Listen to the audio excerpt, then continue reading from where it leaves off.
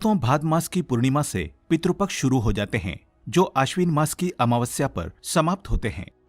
पितृपक्ष पर पूर्वजों के लिए श्राद्ध कर्म किया जाता है। इन दिनों में पिंडदान, तर्पण, हवन और अन्नदान मुख्य होते हैं। ये दिन पितरों को समर्पित होते हैं। ऐसी मान्यता है कि जो लोग पितृपक्ष में पूर्वजों का तर्पण नहीं करते, उन्हें पितृदोष लगता है। श्राद्ध के बाद ही पितृदोष से मुक्ति मिलती है। श्राद्ध से पितरों को शांति मिलती है, वे प्रसन्न होते हैं और उनका आशीर्वाद परिवार को प्राप्त होता है। जिस किसी के परिजन, चाहे वो विवाहित हो या अविवाहित, बच्चा हो या बुजुर्ग, स्त्री हो या पुरुष, जिनकी मृत्यु हो चुकी है, उन्हें पितर कहा जाता है। पितृपक्ष में मृत्युलोक से पितर पृथ्वी पर आते हैं और अपने परिवार के लोगों को आशीर्वाद देते हैं। पितृपक्ष में पितरों की आत्मा की शांति के लिए तर्पण किया जाता है। पितरों के प्रसन्न होने पर घर में सुख शांति आती है। ऐसी मान्यता है कि श्राद्ध पक्ष में यमराज मृत जीवों को मुक्त कर देते हैं, ताकि वे अपने परिजनों के यहाँ जाकर तर्पण ग्रहण करें और पूरे परिवार को आशीर्वाद देकर जाएं। श्राद्ध की उत्पत्ति श्रद्धा से हुई है, यानी कि अपने पितरों के प्रति सच्ची श्रद्धा रखने का पर्व ही पितृपक्ष है, श्राद्ध पक्ष है।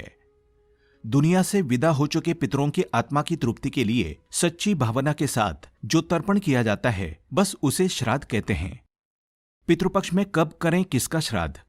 शास्त्रों के अनुसार पितृपक्ष में अपने घर के सभी दिवंगत लोगों का श्राद्ध उनकी मृत्यु तिथि पर ही करना चाहिए। मृत्यु तिथि से तात्पर्य उस तिथि से है जो तिथि अंतिम श्वास परित्याग करते समय विद्यमान हो। उस तिथि को श्राद्ध पक्ष में दोपहर के समय 12:30 से दोपहर 1 बजे तक के बीच में श्राद्ध कर्म करना चाहिए। अगर आप अपने दिवंगत लोगों की मृत्यु तिथि के बारे में नहीं जानते हैं, तो आप उनका श्राद्ध सर्वपितृ अमावस्या के दिन ही करें। अगर आपके घर में जिन लोगों की स्वाभाविक या सामान्य मृत्यु चतुर्दशी तिथि को हुई हो, आपको उनका श्राद्ध चतुर्दशी तिथि पर बिल्कुल भी नहीं करना चाहिए, बल्कि त्रयोदशी या अमावस्या के दिन आपको उन लोगों का श्राद्ध करना चाहिए। आपके परिवार में जिन लोगों की अकाल मृत्यु हुई हो, तो उनका श्राद्ध मृत्यु तिथि वाले दिन बिल्कुल भी नहीं करना चाहिए। अकाल मृत्यु जिन लोगों की भी होती है, उनका श्राद्ध चतुर्दशी तिथि पर करना चाहिए, चाहे उनकी मृत्यु किसी भी तिथि पर क्यों न हुई हो। सौभाग्यवती स्त्री अर्थात पति के रहते हुए जिस महिला की मृत्यु हो गई हो, उस महिला का श्राद्ध नवमी तिथि पर ही किया जाता है, चाहे उनकी मृत्यु की तिथि कोई भी हो। ऐसी स्त्री जो मृत्यु को प्राप्त हो चुकी हो लेकिन उनकी तिथि पता ना हो, तो उन स्त्रियों का श्राद्ध भी मात्र नवमी तिथि को ही करने का विधान है। सभी वैष्णव सन्यासियों का श्राद्ध एकादशी तिथि पर ही किया जाता है। नाना नानी का श्राद्ध प्रतिपदा तिथि पर ही किया जाता है। दोस्तों, जिन परिजनों को अकाल मृत्यु प्राप्त हुई है, जैसे कि शस्त्रघात, आत्महत्या, विष और दुर्घटना आदि से मृत लोगों का श्राद्ध चतुर्दशी तिथि पर ही किया जाता है। पितृपक्ष में श्राद्ध और तर्पण पूरे विधि विधान से करना चाहिए। शास्त्रों में कुछ ऐसे कार्य बताए गए हैं जिन्हें पितृपक्ष के दौरान भूलकर भी नहीं करना चाहिए। अगर ये कार्य आप करते हैं तो आपके पितृ आपसे नाराज हो जाएंगे और आपके श्राद्ध और तर्पण को स्वीकार नहीं करेंगे। तो आइए जानते हैं कि पितृपक्ष के दौरान कौन से ऐसे काम हैं जिन्हें भूलकर भी नहीं करना चाहिए। लेकिन दोस्तों, उससे पहले आपसे रिक्वेस्ट करते हैं कि वीडियो को लाइक जरूर करिएगा, दोस्तों को शेयर कर दीजिएगा, और अगर आपने अभी तक चैनल को सब्सक्राइब नहीं किया है तो चैनल को सब्सक्राइब करके बेल आइकन जरूर दबाइएगा। पितृपक्ष में पितरों की पूजा के दौरान, यानी कि श्राद्ध तर्पण के दौरान, खास ध्यान रखने की बात यह है कि पूजा में लोहे के बर्तनों का इस्तेमाल नहीं करना चाहिए। ऐसी मान्यता है कि पितृपक्ष के दौरान लोहे के बर्तन का इस्तेमाल करने से परिवार पर उसका अशुभ प्रभाव पड़ता है। इसलिए इस दौरान विशेष रूप से तांबा, पीतल या अन्य धातु के बने बर्तनों का ही इस्तेमाल करें। भूलकर भी लोहे के बर्तन का इस्तेमाल ना करें। पितृपक्ष के दौरान यदि आप पूर्वजों का श्राद्ध कर रहे हैं तो ना ही शरीर पर तेल लगाएं और ना ही पान खाएं। इसके अलावा किसी दूसरे के घर का खाना भी इस दौरान खाना वर्जित होता है।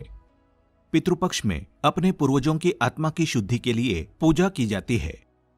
ये समय उन्हें याद करने का और पितरों के लिए शोक मनाने का होता है। एक तरह से शोकाकुल माहौल होता है। इसमें धार्मिक मान्यता है कि इस समय कोई शुभ कार्य संपन्न नहीं किए जाते हैं। और घर में किसी भी तरह की कोई नई वस्तु की खरीदारी करना भी अशुभ माना जाता है। पितृपक्ष के दौरान दरवाजे पर आने वाले भिखारी या किसी अन्य व्यक्ति को बिना भोजन कराए ना जाने दें। इसके साथ ही साथ घर के छत पर या कहीं और पशु पक्षियों के लिए खाना अवश्य ही रखें। माना जाता है कि इस दौरान पूर्वज किसी भी रूप में आपके घर पधार सकते हैं। जो पुरुष इस दौरान अपने पूर्वजों का श्राद्ध करते हैं, उन्हें विशेष रूप से इस बात का ध्यान रखना चाहिए कि इस दौरान उन्हें अपनी दाढ़ी नहीं बनवानी चाहिए, ना ही बाल कटवाने चाहिए। शास्त्रों में इस बात का उल्लेख है कि श्राद्ध पक्ष में पुरुषों को भूलकर भी दाढ़ी मूछ नहीं बनवानी चाहिए, ना ही बाल कटवाने चाहिए। अगर आप ऐसा करते हैं तो आपके पितृ आपसे नाराज हो सकते हैं। इसके साथ ही आपको धन की हानि भी हो सकती है। पितृपक्ष के दौरान घर पर ही बनाए गए सात्विक भोजन से अपने पितरों को भोग लगाना चाहिए।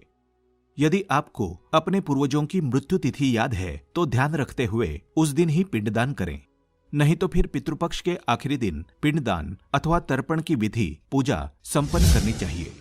श्राद्ध कर्म में काले तिल का प्रयोग करना चाहिए। श्राद्ध में भूलकर भी सफेद तिल का इस्तेमाल नहीं करना चाहिए।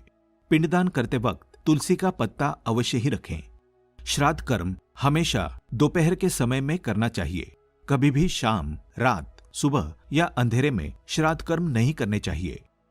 पितृपक्ष में गायों, ब्राह्मणों, कुत्तों और चींटियों को भोजन खिलाएं। श्राद्ध पक्ष के दौरान कोई भी शुभ कार्य ना करें, जैसे कि मुंडन, वाहन खरीदना या कोई नई जमीन खरीदना या व्यापार खरीदना या गृह प्रवेश करना, शादी विवाह इत्यादि कार्य श्राद्ध पक्ष के दौरान नहीं करने चाहिए। श्राद्ध पक्ष के दौरान केवल आप घर की जो बहुत ही जरूरी चीजें होती है, रोजमर्रा के इस्तेमाल की चीजें होती है, बस वही चीजें आप खरीद सकते हैं। श्राद्ध पक्ष के दौरान मांसाहारी भोजन भी नहीं करना चाहिए, ना ही प्याज लहसुन का भोजन करना चाहिए। श्राद्ध कर्म के दौरान अगर आप जनेऊ पहनते हैं तो पिंडदान के दौरान उसे बाएं की जगह दाएं कंधे पर रखें। श्राद्ध कर्म करने वाले व्यक्ति नाखून भी नहीं काटें। श्राद्ध पक्ष के दौरान तंबाकू, सिगरेट, धूम्रपान, शराब इत्यादि का सेवन भी ना करें। यदि संभव हो तो श्राद्ध पक्ष के दौरान आप अपने घर में चप्पल पहनकर ना रहें। श्राद्ध पक्ष में नए वस्त्र भी नहीं खरीदने चाहिए। अगर आपके घर में पहले से ही खरीदे हुए नए वस्त्र, नई चादर वगैरह रखे हैं तो आप उन्हें श्राद्ध से पहले एक बार अवश्य ही पहन लें। चादर वगैरह है तो एक बार उन्हें अवश्य ही बिछा लें, क्योंकि श्राद्ध के दौरान कोरे कपड़े का यानी कि बिना पहने हुए, बिना इस्तेमाल किए हुए कपड़े का इस्तेमाल नहीं किया जाता है। पितृपक्ष में श्राद्ध करने वाले व्यक्ति को ब्रह्मचर्य का सख्ती से पालन करना चाहिए। पितृपक्ष में कुछ चीजें खाने से भी मना किया गया है, जैसे कि चना, दाल, जीरा, काला नमक, लौकी, खीरा, सरसों का साग, प्याज, लहसुन, मीट, अंडा आदि नहीं खाना चाहिए। श्राद्ध पक्ष के दौरान सौंदर्य प्रसाधन की चीजों का इस्तेमाल नहीं करना चाहिए। इसके साथ ही इस दौरान डिओडोरेंट या फिर परफ्यूम लगाने से भी बचना चाहिए। श्राद्ध पक्ष के दौरान शरीर पर तेल या साबुन भी नहीं लगाना चाहिए। महिलाओं को नाखून और बाल भी नहीं काटने चाहिए। श्राद्ध पक्ष के दौरान क्रीम पाउडर भी नहीं लगाना चाहिए। कहीं कहीं पर श्राद्ध पक्ष के दौरान कपड़े धोने की या फिर कपड़े सिलने की भी मनाही होती है। इन सभी बातों के साथ साथ इस बात का भी विशेष रूप से ध्यान रखें कि श्राद्ध पक्ष के दौरान श्राद्ध कर्म करने वाला व्यक्ति ना तो किसी दूसरे का दिया हुआ अन्न खाएं और ना ही किसी दूसरे के घर में बैठकर श्राद्ध कर्म करें। यानी कि अपने पूर्वजों का श्राद्ध या तो अपने घर पर बैठकर करें या फिर किसी धार्मिक स्थल पर जाकर या सार्वजनिक मंदिर पर जाकर आप अपने पूर्वजों का श्राद्ध कर सकते हैं, लेकिन किसी अन्य के घर पर जाकर अपने पूर्वजों का श्राद्ध ना करें। शास्त्रों के अनुसार श्राद्ध पक्ष के दौरान अगर कोई व्यक्ति इन नियमों का पालन नहीं करता तो तमाम दुखों और तकलीफों से गुजरना पड़ता है। उसके पितरों को शांति नहीं मिलती है। आइए अब जानते हैं श्राद्ध पक्ष के दौरान ऐसे कौन से काम हैं जिन्हें करने से पितरों का आशीर्वाद मिलता है। आपको हम कुछ ऐसे उपाय बताने जा रहे हैं जिन उपायों को अगर आप पितृपक्ष के दौरान करेंगे तो आपको अपने पितरों का आशीर्वाद अवश्य ही प्राप्त होगा। कहते हैं घर हो या व्यापार स्थल, पितरों की हंसती मुस्कुराती हुई तस्वीर लगानी चाहिए। लेकिन ध्यान रखें, तस्वीर हमेशा दक्षिण पश्चिम की दीवार या कोने पर ही लगाएं। इससे पितरों का आशीर्वाद मिलता है। दिन की शुरुआत करते समय सबसे पहले पितरों की तस्वीर को प्रणाम करें। तस्वीर के ऊपर फूल माला चढ़ाएं, धूप बत्ती जलाएं और उनका आशीर्वाद लें। ऐसा करने से पितरों को अच्छा लगता है और वे प्रसन्न होते हैं, अपना आशीर्वाद देते हैं। पितरों की जयंती और बरसी मनाना कभी भी ना भूलें। इस दिन कोई ना कोई आयोजन जरूर करें, भले ही छोटा सा ही करें, लेकिन उन्हें याद जरूर करें। साथ ही उनकी याद में खाना और मिठाइयां भी बांटें। इससे उनकी कृपा सदैव आप पर बनी रहेगी।